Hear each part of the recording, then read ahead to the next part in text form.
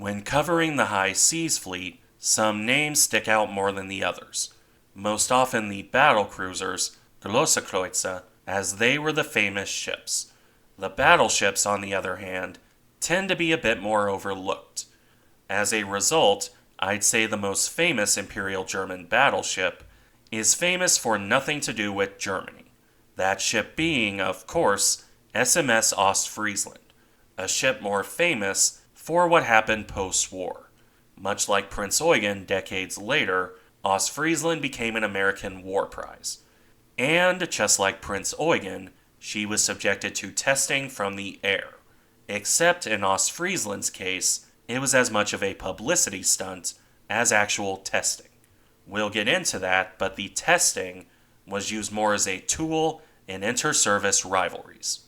Before we can look at the testing, however, we need to cover her German service.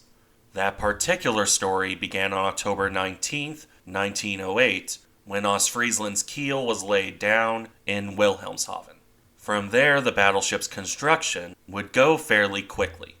After her keel laying, the German dockworkers set to their task, with the result that Ostfriesland launched on September 30th of 1909, just a little under a year after her construction began. With this done, the ship went in for fitting out, which did take a bit longer, with the battleship only commissioned in August of 1911.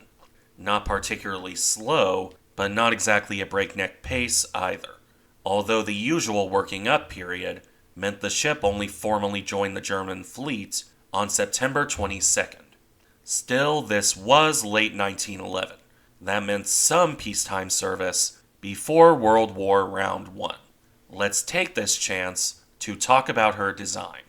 Ostfriesland displaced 22,808 tons at the normal load. This rose to 24,700 at full loading, which is on the higher end for a first-generation dreadnought, and is at least partially down to the inefficient gun layout. This followed the same pattern as the previous Nassau class, a hexagonal layout with no fewer than 6 turrets, one on the bow, one on the stern, and 4 wing turrets with 2 on either side of the funnels. While this meant 8 barrels on either broadside, it also meant 2 of the turrets were useless, unless the ship got into a fight in both directions, which is not exactly ideal. Regardless, those turrets carried new 305mm or 12-inch guns, a notable improvement on the old 280mm 11-inch guns on Nassau, for a total of 12 barrels in all. These were supported by 14 15cm 5.9-inch guns in casement mountings, which were, in turn, backed up by 14 88mm guns, although a couple of those were later removed in favor of anti-aircraft guns. Weaponry after this point was rounded off by no fewer than 6 submerged torpedo tubes, 1 in the bow, 1 in the stern, and 2 on either broadside. Armor protection, for its part, was another slight but notable improvement. Ostfriesland's belt armor was 300mm or 12 inches. All of this was pushed through the water at 20.5 knots by 28,000 horsepower through 3 shafts. Although the ship could go a bit faster, around 21 knots, if she was pushed hard enough. The increased power is visible in the new triple funnel design.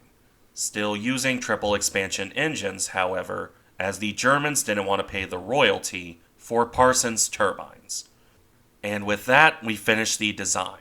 Now back to service, which is interesting.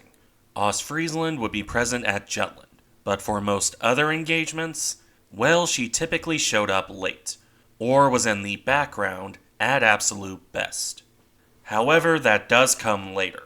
As said earlier, she entered German service in September of 1911. While not a long peacetime career, it does mean Ostfriesland got a couple years to work up. As could be expected, this mostly consisted of the usual work: training, port visits, and fleet reviews. Evidently, during this, Ostfriesland won a gunnery prize for 1912 into 1913. It's a shame for her crew that the ship had so few chances to put that talent to use during the upcoming war. As for the remainder of the peacetime career, that went largely without incident. The last notable thing prior to the outbreak of war was the summer cruise to Norway. This began on July 14th of 1914. While these cruises were an annual affair, this one would be a bit different, mostly because, towards the end, the July crisis broke out. With the assassination of Franz Ferdinand, Europe began to move towards war. Ostfriesland joined the rest of the German fleet in returning home, to prepare for what seemed to be an inevitable conflict. This would find the battleship with her sisters in the 1st Squadron, based in Wilhelmshaven at the end of July, where they would remain as the war began. Not long after this, the naval war itself would kick off, at the end of August, in fact, with the First Battle of Helgoland Bight on August 28th. Interesting coincidence there in that the Helgoland class were named for the island of Helgoland, or alternatively, Helgoland. However, this engagement would be one fought by cruisers and lighter forces on the German side. While the British battlecruisers would show up, the heavier German forces were too late. Ostfriesland, for her part, joined Helgoland in setting out from port. Unfortunately, too late to contribute to the battle. They would only escort the battered cruisers back to port. For the next couple months, not much of note would happen. September and October of 1914 were spent on training, although Ostfriesland did pick up a couple of 88mm anti-aircraft guns in October. November, meanwhile, saw a sortie into the North Sea to try and bait the British. This came to nothing, although the Yarmouth raid, which was part of this operation, at least spooked the British. The next operation, however, almost proved more exciting. That was another raid on the British coast on December 16th. This time, the British sent out their battle cruisers and part of the Grand Fleet to try and contest the Germans, mostly because codebreakers had detected the German fleet leaving on December 15th. The actual bombardment was performed by the battle cruisers, and as such is a topic for a different video. Ostfriesland's role came in joining the German battleships and trying to force the British to a fight, which he came very close to pulling off. Over the night of the 15th, the Germans came within 10 nautical miles of the 2nd Battle Squadron, 6 British battleships against the entire high seas fleet. The admiral in command, however, believed this was just the Grand Fleet's screening force, so he ordered a retreat. And in fairness, the Germans were under strict orders to not risk the fleet. Even so, this was the one and only chance the High Seas Fleet would get to engage a detached British force. While it's debatable how this would have gone, it's certainly a massive missed opportunity. Perhaps a future alternate history video. In the event, however, Ostfriesland returned home empty-handed. The same thing would happen in the Battle of Dogger Bank on January 24th of 1915. While certainly a major engagement in its own right, Ostfriesland was, once again, late to the party. She only arrived after the British battlecruisers had already left the area, and the rest of 1915 would prove to be pretty uneventful for the most part. A lot of training and quiet patrols into the North Sea or Baltic. The closest the battleship came to any sort of action was in August during operations in the Gulf of Riga, which saw excitement for some German ships in attempting to sink the Russian battleship Slava. Ostfriesland was not one of those ships. She remained outside the Gulf while the action went on further in. By this point, you can probably see why I said what I did earlier, about how she was late to the party or present in the background. The rest of 1915 passed without incident, and the same was true for early 1916, with the exception of the raid on Lowestoft on April 24th of 1916. which followed the same path as the previous raids. The battlecruisers got the action, bombarding the British coast, while the battleships of the High Seas Fleet tried to engage part of the Grand Fleet. And it came to nothing. No, that would have to wait for Jutland a little while later. That, of course, came on May 31st, 1916. Once again, the battlecruisers would fight first. That engagement is, of course, the more famous one. Something wrong with our bloody ships today, and all of that. The role for Ostfriesland would only come later into the battle when the 5th Battle Squadron entered the fray. After unsuccessfully firing on British light cruisers, Ostfriesland turned her guns to HMS Warspite. The German dreadnought claimed hits on her 3rd and 4th salvos, although it's hard to be certain. Warspite was hit 13 times during this part of the battle, at least according to Burt. Whether any of those hits came from Ostfriesland is harder to confirm. In any case, Ostfriesland's next action came during the night battle. Here she was the 8th ship in line and engaged British destroyers. This didn't see much success, but when the armored cruiser Black Prince stumbled into the fray, well, that changed. Black Prince would be hammered by the Germans, Ostfriesland included. A series of explosions would tear the cruiser apart, killing the entire crew. After this, and more engagements with destroyers, Ostfriesland turned home, where she had the misfortune to strike a mine. This caused severe damage, and was thought to be a torpedo. Further damage came when the ship attempted to evade a submarine sighting, which only tore open a torpedo bulkhead, causing more flooding. Ostfriesland limped home and would be repaired by July 26th of 1916. However, the rest of the war passed without major incident. 1916 would see a couple attempts at engaging the British, but nothing came of it.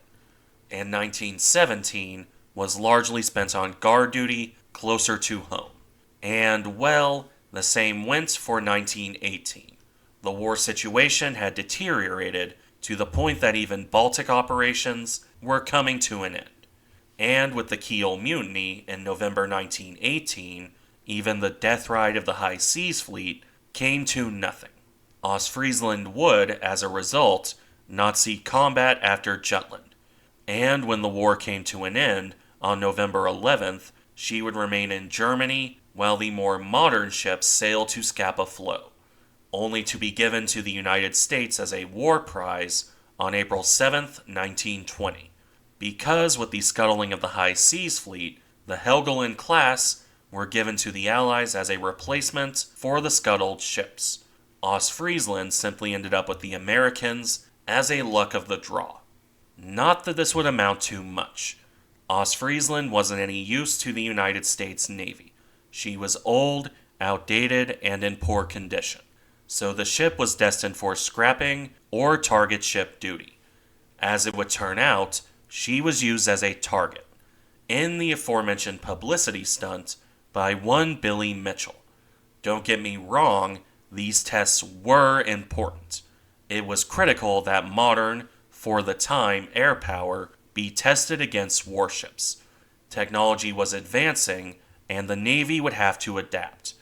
However, these tests went from necessary testing to media circus in very short order. Mitchell was a visionary, but he was also eager to push his own views, and would push the Navy into a corner. As a result, poor Ostfriesland became a bit of a punching bag in the raging argument between battleship and aircraft advocates. The ship was towed out to sea on July 20th of 1921, and then subjected to quite a bit of bombing, including 2,000-pound bombs that were not supposed to be there. As could be expected, these tests would ultimately sink Ostfriesland by the stern. However, while Mitchell and his supporters would make a big deal out of this, well, it's always worth noting how artificial these tests were. Yes, a battleship could be sunk by aircraft, and this was important. On the other hand, Ostfriesland was in poor shape to begin with. She was stationary, not maneuvering to defend herself. No anti-aircraft fire was sent up to spoil aim, and there were no damage control parties fighting flooding or shoring up bulkheads. All this test really proved was aircraft can sink a stationary battleship with absolutely no defense. Important, yes, but overplayed. It would be some time until aircraft reached the point of sinking warships at sea. Not that poor Ostfriesland would care about that. She has been rusting at the bottom of the sea ever since July 21st, 1921. Thank you for watching. Remember to like, comment, and subscribe if you enjoy the content, and I'll see you in the next one.